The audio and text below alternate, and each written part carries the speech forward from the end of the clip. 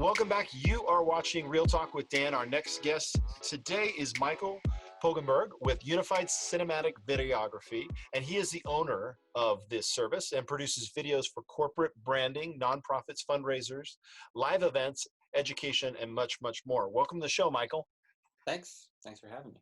So today we're going to discuss how COVID has changed the online videoscape. I mean, this is one example. This Zoom meeting that we're doing actually has been able to allow us to create content much easier than if we were to have to go into a studio and do that.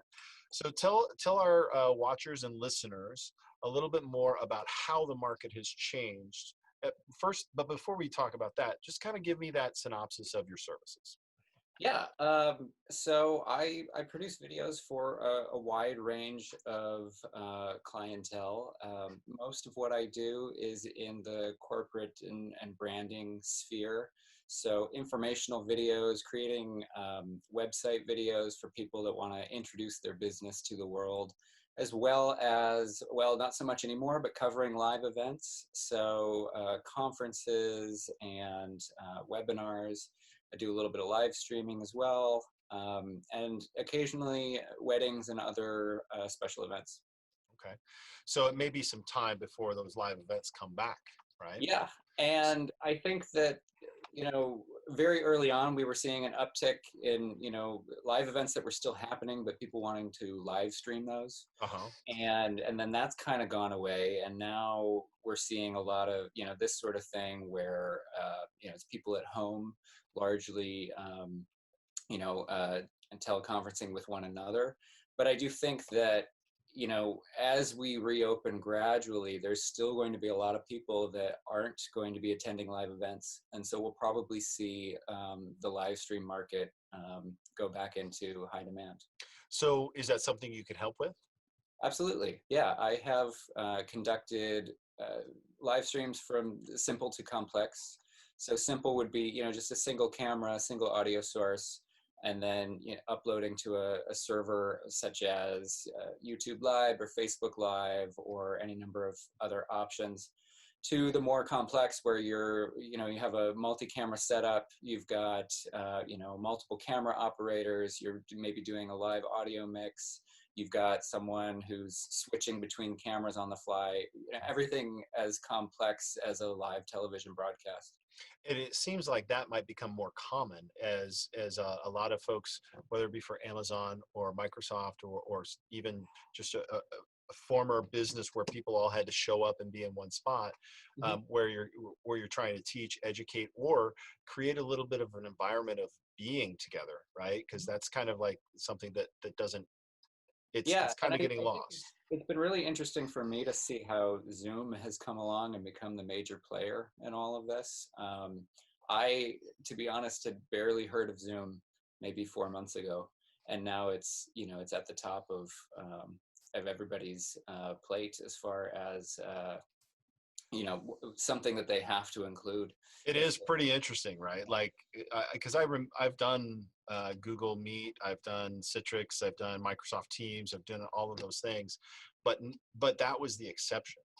And now most of my listing presentations or buyer presentations are better online because I can show and I can tell. The only missing component is needing to walk through a house, right? That's something I have to do. But for all intents and purposes, there's a lot of things that can get shown and done through video. So tell me a little bit, Michael, how did you get started in this? Well, gosh, going all the way back to 2005, I taught myself how to edit. I was in a band and I wanted to do some music video type stuff. And so I kind of taught myself how to edit and discovered that I kind of liked doing that more than music, and met an independent filmmaker who was looking for an editor and worked on a project with him, which I thought was going to be about a 3-month project. It ended up being about a 2-year project. But we created a documentary film that was shown at a number of different film festivals around the world, won some awards there. And that was basically my education. And then from there, started doing some volunteer work, got a job for a production company in Seattle, worked there for 5 years, and then in 2015 started my own company. Started out doing mostly weddings and live events because I had some experience with that, and it's kind of a crossover with documentary filmmaking. And then over the last few years have been doing fewer weddings and more, corporate branding videos, but still that strong focus on storytelling. Hmm. So now going forward, as you look at this emerging market and with the experience that you have, what is it that your best clients would say you bring to the table to provide them an edge in marketing? So I think I think the thing that I do best is people will come to me and they'll say, we want to make a video. And I'll say, great, what do you want to make the video about? And they're like, well, we don't know yet. Or, and it's like, or how are people going to see this video? And they're like, well, we haven't figured that out yet. And so I sort of come to them and I say, okay, well, great that you want to make the video, but before we get to that point, let's talk about your existing marketing structure. What are you doing? How are your customers meeting you now? And how do we add video to that to enhance that experience for them? So that's one of the things I bring to the table is sort of that, that all encompassing approach. And then on top of that, because of this experience that I have with storytelling, I help them discover what their story is. And for some clients, this is an entirely new process. For other clients, this is working within an existing framework of, brand identity and so on. But a lot of people think that they need to have all of this figured out before they come to me, when in fact, that's my job, is to help them discover that story and tell it to their customers. Hmm. Well, that can also be the challenge because not everybody's a good storyteller, right? No, not everyone is a good storyteller, but I do think that everyone has a good story to tell. That's a great way to put it. Yeah. Great way to put it. All right. So typically, what are the steps involved to getting a video made? So yeah, kind of what I was just talking about. The first call is what I call a strategy session. And that's typically about 30 minutes on the phone where I kind of get this sort of, bird's eye view of their existing marketing structure. And we sort of figure out how does this video or videos fit into that framework. And from that, I can usually create a detailed project proposal and estimate and send that off to them. If they like that, we move forward with what I call the pre-production workshop. So, this will vary depending on the type of video that's being produced. So it could be, again, another quick phone call, or it could be, several hours of meetings. But we basically, narrow down all of the details for, how exactly are we going to do this? What exactly are we going to show? What is the script going to be? Are we going to script it ahead of time? Are we going to film some interviews and then figure out the script from there? Are we going to be working with any other existing media? All sorts of different questions where we basically just get that all hammered out. Mm-hmm. Then the next step is going to be filming. So typically on location, 1 or several days worth of work there. Then we move on to post-production. So editing, typically that involves doing a few rough cuts, sending those off to the client, getting feedback on that, and then doing the final edit. And ideally, there are very few surprises at that stage because, we've kind of planned everything out getting up to that point. Mm-hmm. And usually there aren't any surprises, thankfully. And then the final stage is going to be delivery. So typically that's, a file that they can download, and then it's in ready to share formats for whatever platforms they may be sharing it to. Okay. So with all of that, what is the perfect business marketing video? Yeah. So that's an interesting question, right? In the one sense, I feel like there's a certain set of criteria that the perfect business marketing video has. So emotional impact. It sounds good. It looks good. It strengthens a brand's image, and also I think it helps if it's just a little bit too short, because it leaves that audience kind of feeling curious and wanting to take action. That's interesting. Yeah, but I think also realistically, the perfect marketing video is the one that gets seen. So, so many people get hung up on wanting to make the perfect video and they end up making no video at all. No, So, I think what you said about too short is perfect because most videos are too long. yeah. Well, and I think that's, again, one of those trends that we're seeing taking place right now is videos are getting shorter. Hmm. They're getting more condensed. People have less time, especially if they're on their phones, and everything wants to get your attention. And I think there's some merit to that. I also think that there's something to be said about something that pulls you in, Hmm. and maybe isn't.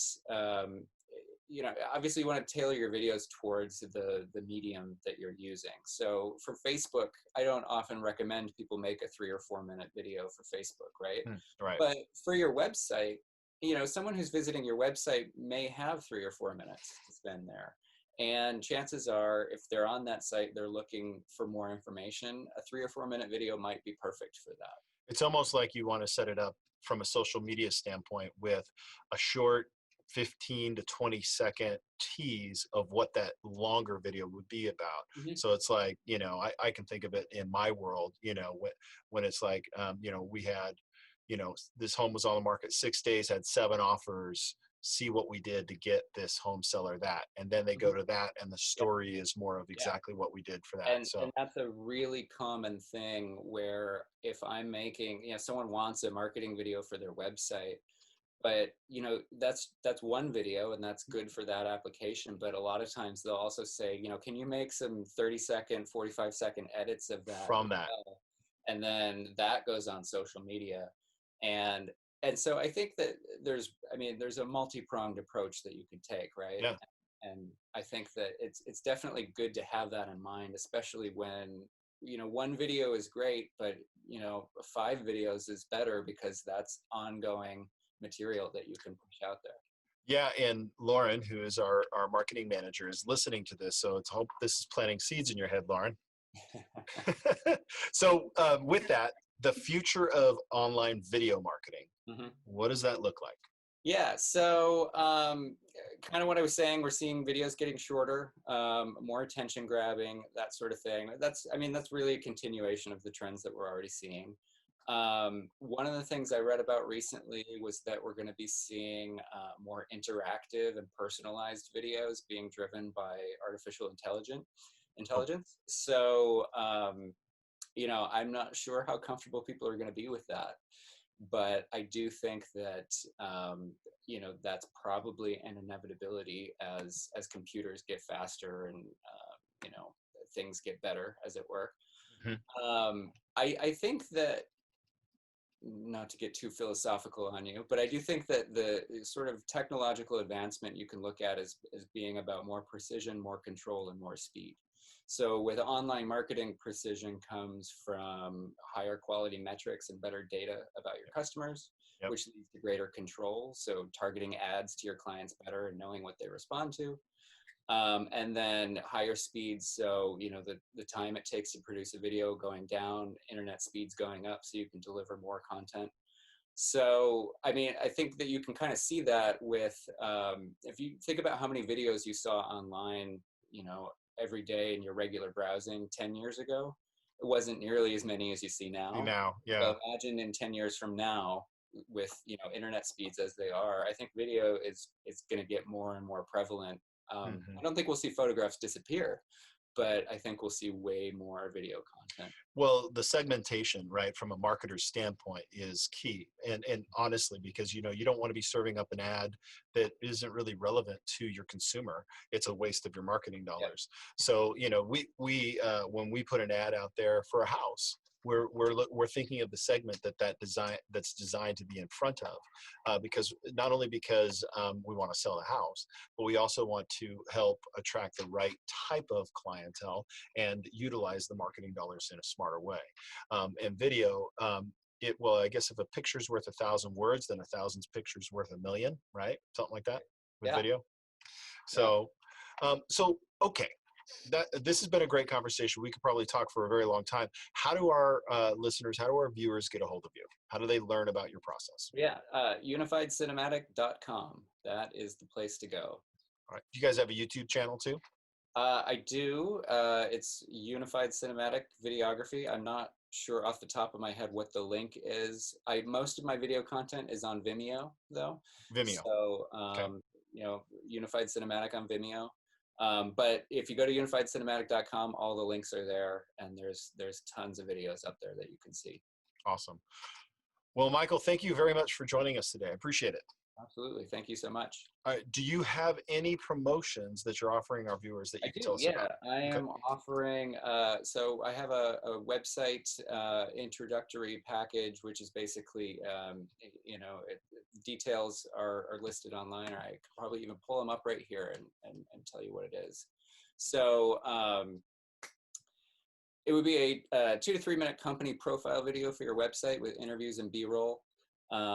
Fully licensed music, up to 6 interview subjects, and a full workshop to script that.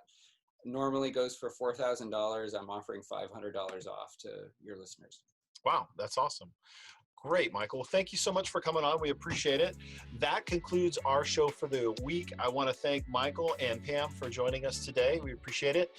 We appreciate you all for listening, and we look forward to seeing you all again. That concludes our episode of Real Talk with Dan. Thank you.